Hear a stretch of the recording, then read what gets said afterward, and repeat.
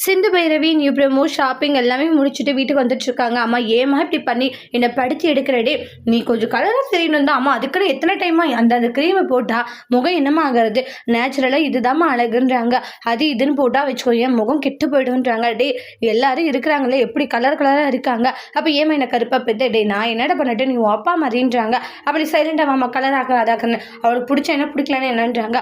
ஆறுமுகம் அப்போ சொன்னதா இப்போ பைரவி மனசை கஷ்டப்படுத்தக்கூடாதுன்ட்டு பலமுறை சொல்லியிருக்கேன். எப்படி பைரவியுடைய மனசில் இடம் பிடிக்கிறதுன்றதை பாரு.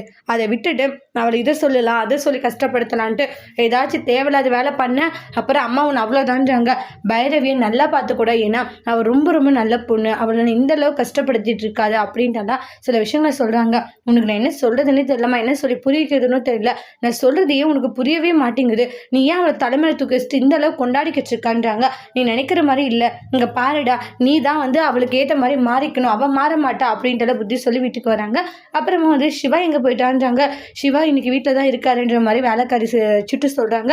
என்னாச்சு உடனே அம்மா இது மாதிரி தான் டாக்டருக்கு ரொம்ப உடம்புக்கு முடியல, அவர் படுத்துட்டு இருக்காரு, ஸ்னேகம்மா இப்போ தான் ட்ரீட்மெண்ட் பார்த்துட்டு போனோன்னே சிவாவுக்கு உடம்பு முடியல அப்படின்ட்டு உள்ளே போகிறாங்க. சிவா என்னப்பாச்சு உடம்புக்கு அப்படின்றாங்க. அது என்னன்னு தெரியல பெரியம்மா, ஒரு மாதிரி டயர்டாக இருக்குது, ரொம்ப ஹை ஃபீவராக இருக்குது, குளிர் எடுக்குது, கோல்டு இருமல் இப்படி எல்லா விஷயங்களுமே சொல்கிறாங்க. அது கேட்ட உடனே இவ்வளோ இருக்கா சிவா, உடனே நடி சிவா ஹாஸ்பிட்டல் போய் செக் பண்ணி பார்க்கலாம். இல்லை பெரியம்மா இப்போ தான் ஸ்னேகா செக் பண்ணிட்டு போனால் எனக்கு ஒத்தனை கொடுத்துட்டு போயிருக்கா, எல்லாமே சரியாகிட்டோம் அப்படின்றாங்க. அப்படியா சரிப்பா நீ ரெஸ்ட் எடு, சாப்பாடு கஞ்சிது எடுத்துட்டுமா. இல்லை பெரியம்மா ஒரு கொஞ்சம் நேரம் நான் தூங்கி ரெஸ்ட் எடுக்கிறேன். சரி ஓகே சிவா உடம்பு பார்த்துக்கோ, எதுவாக இருந்தாலும் பெரியம்மா கூப்பிட்டு இங்கே தான் இருக்கேன். சரிங்க பெரியம்மான்றாங்க. சிவா உடம்பு முடியாது இருக்கிறத பார்த்த உடனே அவங்க பெரியம்மாவுக்கு ரொம்ப கஷ்டமாக போயிடுது.